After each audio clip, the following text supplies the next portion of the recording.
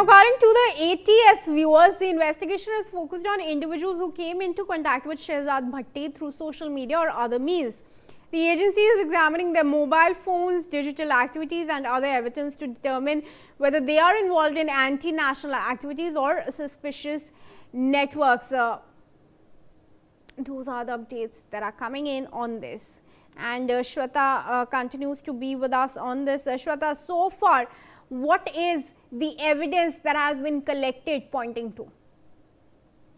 Right, according to the Maharashtra ATS, they are given to understand that this particular investigation is focused on the individuals who allegedly came in contact with Shehzad Bhatti through various social media and other means.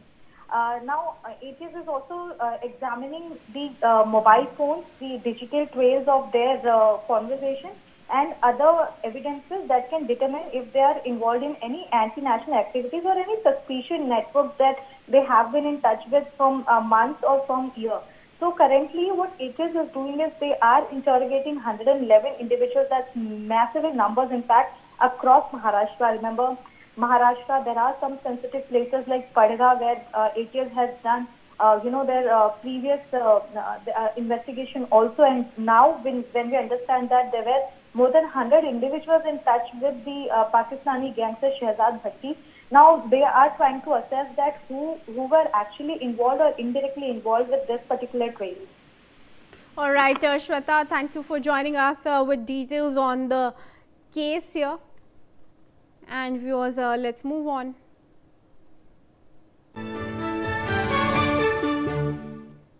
Now, the central government has tightened its rules for the sale of high alcohol content medicines to check their misuse.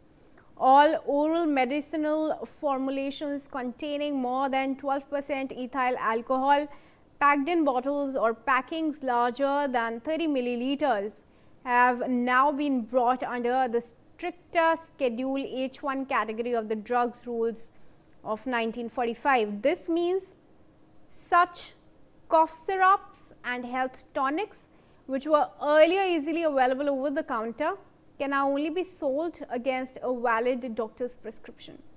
Pharmacists will also be required to maintain detailed records of every sale for at least 3 years. The amendment follows recommendations from the Drugs Consultative Committee and the Drugs Technical Advisory Board after it was found that several alcohol-based tonics and syrups were being diverted for recreational misuse. Manohar Kesri is joining us on this. Manohar, जो नए rules हैं सरकार ने बनाए हैं उसके details दीजिए, अब से क्या changes होंगे? देखिए बिल्कुल वैसे ये सबसे सरकार ने बजट नोटिफिकेशन जारी किया है। इस बजट नोटिफिकेशन के अनुसार ये तमाम दवाइयाँ खास करके हमने लिक्विड खर्च की बात करें या जो अल्कोहल का इस्तेमाल हो सकता है उनकी मात्रा ज़्यादा का है। कई कंपनियाँ अलग अलग जो है मात्रा ज़्यादा भी देखिए सरकार का जो बजट नोटिफिकेशन था उसमें शामिल किया गया है और ज़्यादा रूल से जो खास करके अगर high alcohol containing drugs formulations की बात करें जिसको और ज़्यादा मजबूत किया गया है और ऐसे में जो फॉर्मुलेशन कंटेनिंग है जो 12% से ज़्यादा नहीं होना चाहिए। खास करके हाई अल्कोहल की अगर बात करें तो इसमें 30 ml फ्लेक्सी नहीं होना चाहिए। तो ऐसे में जो including under H1 schedule drugs के तहत आता है इसके तहत ये सारी गलत नोटिफिकेशन जारी की है। मनोहर, अभी तक कुछ इंस्टेंसेस हैं या कुछ केसेस हैं जो आप बता सकते हैं जहां पे इन तरह की दवाइयों का मिसयूज किया गया हो?